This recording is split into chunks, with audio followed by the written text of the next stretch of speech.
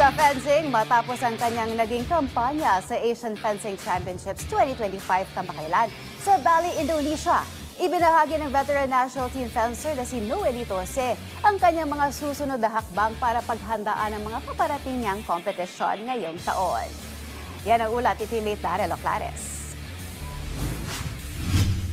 Isa sa mga magigiting na fencer na ibinandera ang Pilipinas sa katatapos lamang na Asian Fencing Championships 2025 sa Indonesia ay ang veteran national team athlete at Southeast Asian Games multi-medalist Noelito Jose.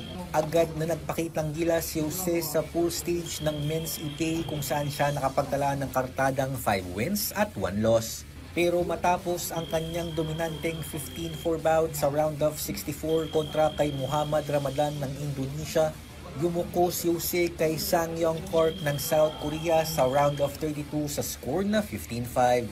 Sa panayam ng PTV Sports kay Jose, aminado siya na mas tumitindi na ang kompetisyon ng fencing lalo na sa isang zonal event tulad ng Asian Fencing Championships.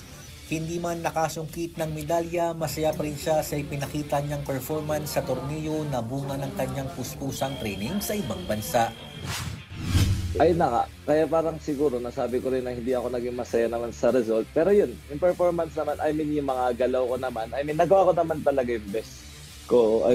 Siyempre pinaghandaan, nag-training talaga ako. Nararamdaman ko rin naman na marami naman talaga ako natutunan kasi di ba nag-training ako abroad. So sabi ko, hindi naman ako sobrang malungkot na as in parang alam mo yun, na may mga time kasi minsan na matatalo ka na sobrang sama talaga eh. Pero yung time na yun, sabi ko naman, gets ko naman na siyempre may mga araw talaga na hindi papabor sa yung bracketing, may mga araw na medyo maganda yung bracketing. So yung galaw ko naman, okay naman talaga kasi yun, siyempre ang dami ko rin natutunan and naaalala ko uli yung mga turo ni Coach Park na tinuro niya dati.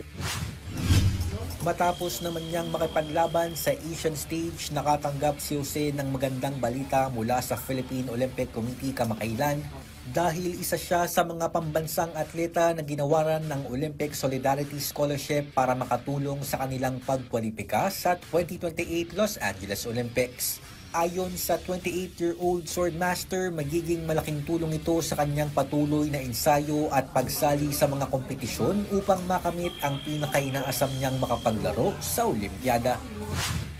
Nung na-receive ko last week, during competition ko yun, pero tapos na yan, nung araw na yun eh. Parang natalo na ako nung mga hapon, tapos nung bago maggabi, nag-email yung POC na yun na nga na pili ako. So sobrang saya ko. Nang palitan yung lungkot ko nung araw na yun, nung natalo talaga. As in same day eh. Sabi ko, Lord, thank you kasi parang, yun, napili ako kasi medyo, paano ba yun? Parang sabi ko talaga, magiging malaking impact siya para sa akin kasi nga, makakapag-training ako and compete, madadagdagan yung competition and training ko talaga abroad. Sa ngayon, patuloy ang preparasyon ni Jose at ng Philippine Fencing Team para sa World Fencing Championships 2025 sa Georgia ngayong Hulyo at ang Southeast Asian Games sa darating na Disyembre sa Thailand. Darrell Oclares para sa Atletang Pilipino para sa Bagong Pilipinas.